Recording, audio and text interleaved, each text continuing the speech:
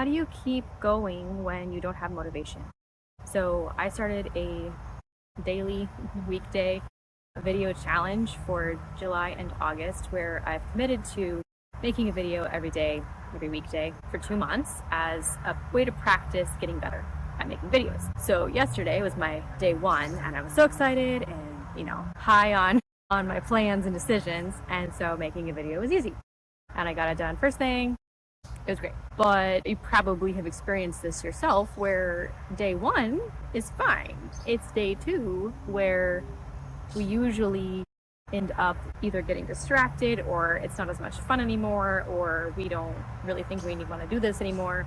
And it's so much easier to just stop on day two because you don't have a whole streak yet.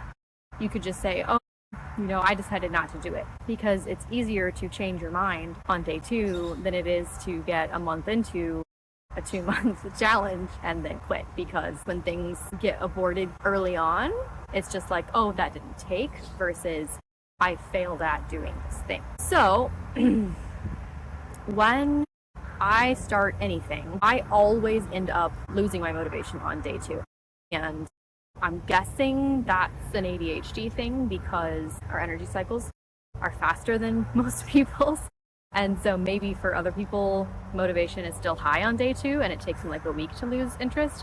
But for ADHD, it seems that it's only one day. And day two, you're like, that was fun. Okay, let's move on and do something cool. You're like, check, I did it. So for us, ADHDers, or whatever, it's important to recognize that that's going to happen. I've had it happen enough that I just know that that's going to happen. So I was not surprised at all to wake up today and not be interested at all in making a video and wait until the very last possible second. This is now the afternoon, so I've barely given myself enough time to record this and then edit it and put it on YouTube. So I've waited to the last possible second. I have not had any motivation.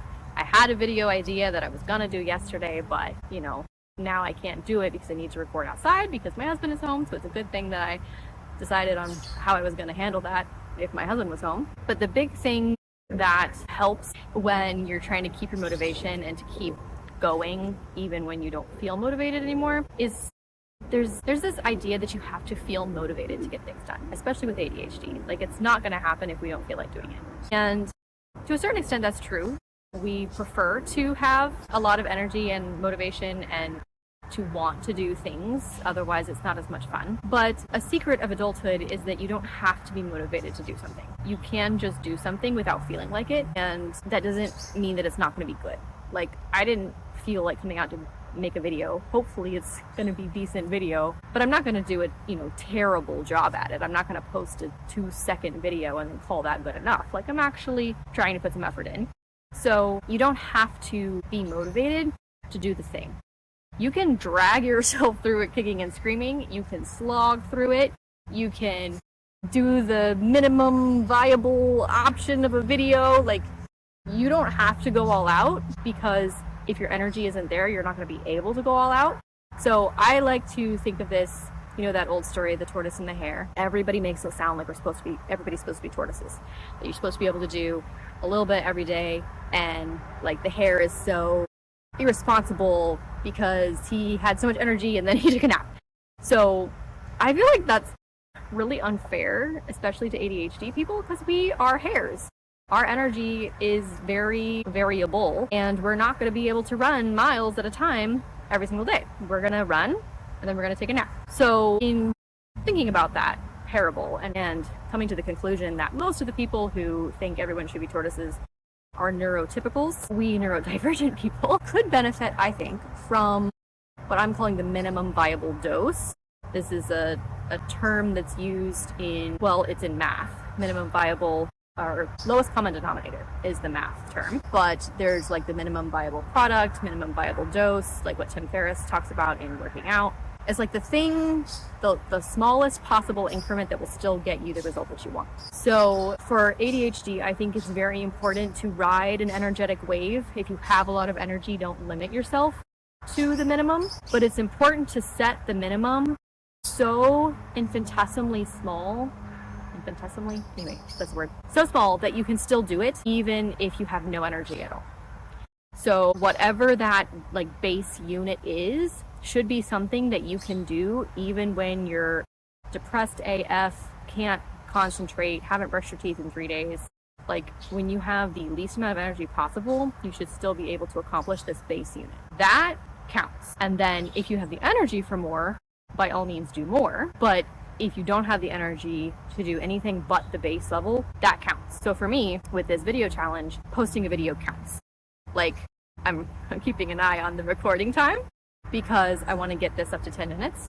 And I'm probably going to cut it, like edit a little bit and cut it, like shorter than 10 minutes. But for me, a minimum viable dose of making a video is 10 minutes. So I can commit to doing that even though I didn't want to, and I'm hot and it's outside and I don't know if I'm going to be able to match the audio to this lapel mic and blah, blah, blah. So I'm slogging through, but it counts. I might not think it's everything I could possibly do. Like I know that I have the capability to make a much better video, but for this current situation on day 2 when I have no motivation and like this is the base unit that counts. So I'm still going to give myself a pass on having made a video for day 2 because I met my base goal, basically. So it's actually a blessing in disguise to have no motivation on day 2 because we really do most things in life without feeling euphorically motivated about it. And it's better to get an idea of what it feels like to do it when you're not, feeling in love, when you're not in the honeymoon phase of your project, because the honeymoon phase doesn't last forever. And so if you keep doing it, the majority of the time that you're doing this thing, you're not going to be super enthusiastic and motivated. And so having no motivation on day 2 is like an instantaneous trial run of how are you going to make this work when you don't have all of that euphoria driving you, which is a blessing because most of the time you're not going to have a lot of euphoria driving you. So you get to test what does it take internally, mentally, emotionally to do it anyway. And is this something that you can sustain when you don't have all of that energy? Is it something you still want to do when you're not super excited about it? So another thing that people talk about a lot is your why, which is the book by Simon Sinek. Like you have to have a humongous why to do things. And your motivation has to be this grand vision for it to keep you motivated and keep you wanting to go towards the thing. And people use these humongous motivations, which are amazing, like changing the world and feeding orphans in Africa and making generational wealth for their family. All of these are amazing, beautiful goals. But when you have the motivation and you're down in the doldrums and you think everything sucks and you don't want to do it, all of those big lofty goals are like your best self's goals. These are the things you would do if you were a superhero and could accomplish anything and totally believe in yourself, which we do like maybe 5% of the time. And the other 95% of the time, we do not believe that we have the ability to do all of these things. And we have imposter syndrome and we second guess ourselves. And we are like, wow, that's going to be a lot of work. And I don't know if I am cut out for that. Like most of the time, believing that we can actually achieve those big goals feels unrealistic. It doesn't feel like something that actually is going to happen. And so if I say that my motivation for making YouTube videos is to build a brand and help, 100,000 entrepreneurs and, pick some random number, like, sure, that's a great goal. And I would like to help 100,000 entrepreneurs, sure. But today, down in the doldrums, not feeling it, I'm like, well, that's not going to happen anyway. So why do I need to feel motivated to help 100,000 entrepreneurs when I know 100,000 people aren't going to watch this? So why is this going to help anybody? And like, it's really, really hard when you're feeling down to connect to and believe in the big motivation. And especially if the big motivation is something really important, like providing for your family, or like in my case, I'd like to be able to afford an apartment for my husband and I so we don't have to keep living with my mother-in-law. That's a really important goal, but I have a lot of fear and self-doubt that whether I'm going to be able to do that or not. And so making that my motivation then makes me feel guilty if I don't think I can do it. So if that's my stated motivation on day 2, I'm going to be like, well, I'm not achieving that anyway, so why bother? So it's better to stick with what I call micro motivations, which are like the journey over destination. The motivation should be the actual doing of the thing. So I can find something that I appreciate about the actual process of making a video. And then my motivation is much smaller and much less pressure for when I don't feel like I can handle or I can meet those big expectations that I put on myself. So like right now, I'm sitting by my favorite tree. That's fun. I get to talk to you. That's fun. I'm gonna get to go figure out how to sync lapel mic audio to phone audio, which is gonna be a pain in the butt probably, but eventually will be fun and an important skill that I'm going to need to know for the future. So that's enough motivation for today. That's all I need to actually do it. Plus, it's not a sexy motivation and it's not super exciting, but I did make a promise to myself to do this. So my motivation is also that I'm keeping a promise to myself by making this video, whether I like it or not.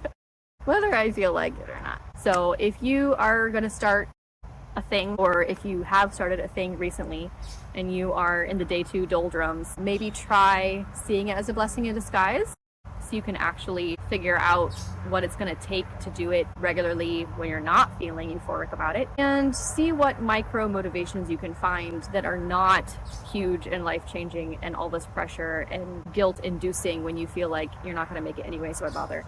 Just find the little fun things that make it worthwhile in the moment, so that way you can keep doing those little fun things, that minimum viable dose that's going to count, and then eventually over time those are going to stack up and become the big goal that you're trying to achieve. So keep going. You don't need motivation to keep going. Just keep going and you're going to make it.